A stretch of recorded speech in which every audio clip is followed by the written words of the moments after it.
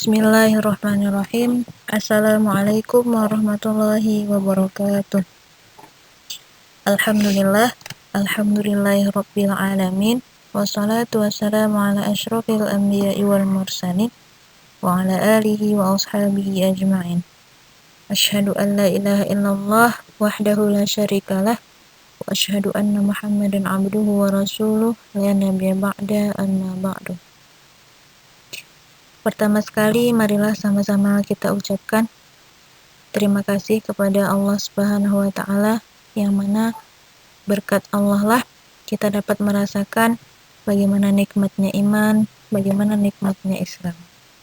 Selawat bertangkaikan salam, marilah sama-sama kita curahkan kepada Nabi kita Muhammad Sallallahu Alaihi Wasallam.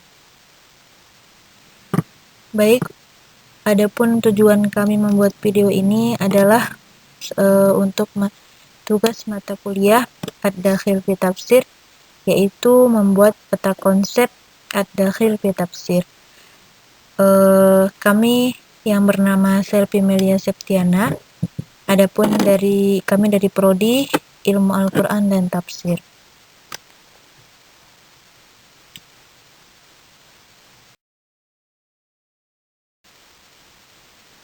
Nah, selanjutnya sebelum kita mengetahui apa-apa saja peta konsep dari Ad-Dakhil fi Tafsir, yang sekilas kami paparkan tentang apa sih pengertian dari Ad-Dakhil fi Tafsir. Nah, jadi Ad-Dakhil fi Tafsir itu didefinisikan oleh Dr. Ibrahim Khalifah, itu adalah penafsiran Al-Quran yang tidak memiliki sumber jelas dalam Islam. Nah, baik itu tafsir menggunakan riwayat-riwayat hadis lemah ataupun palsu. Nah, ataupun menafsirkan dengan teori-teori sesat. Nah, sang penafsir atau karena sebab lalai ataupun disengaja. Nah, sedangkan menurut Dr. Abdul Wahab memaknai Ad-Dakhil itu dengan menafsirkan Al-Quran dengan metode dan cara yang diambil bukan daripada Islam. Nah, intinya menafsirkan Al-Quran itu berasalkan dari contohnya seperti dari Israiliyat, seperti itu, yang bukan dari umat Islam sendiri, seperti itu.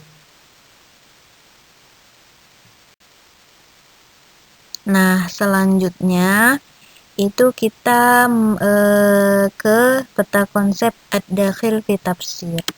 Nah, jadi di sini kami membuat ada 8 poin Ad-Dakhil fi Tafsir dan boleh dibaca. Dan yang pertama itu kita membahas tentang apa saja pengertian dari Ad-Dakhil fi Tafsir, karena banyak para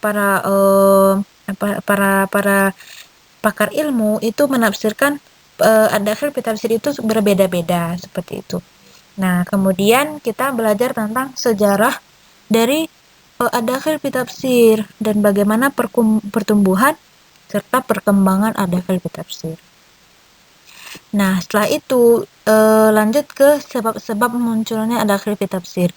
Nah, setiap ilmu pasti mempunyai latar belakang yang berbeda-beda. Nah, contohnya seperti Ad-Dakhil fi Tafsir. Mengapa ada muncul Ad-Dakhil fi Tafsir, yaitu menafsirkan bukan penafsiran yang bukan dari golongan Islam. Selanjutnya kita wajib mengetahui sumber-sumber yang digunakan para mufasir seperti Israiliyat dan Birra'i. Nah, apa sumber-sumber dari Ad-Dakhil fi Tafsir ini?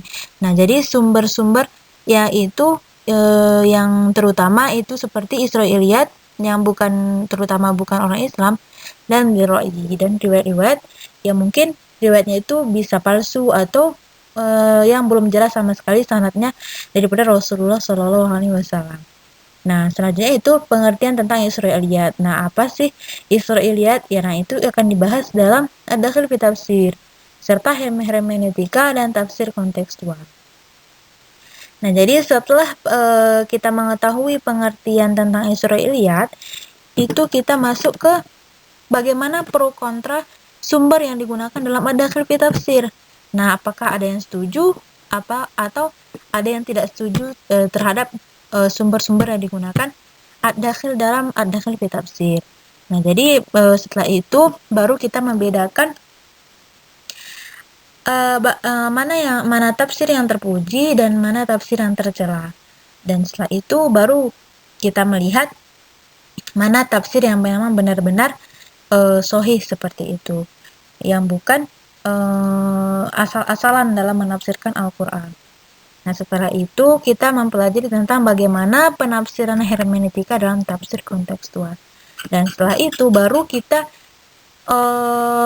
mengetahui langkah-langkah dan karakter penafsiran hermeneutika dan tafsir kontekstual.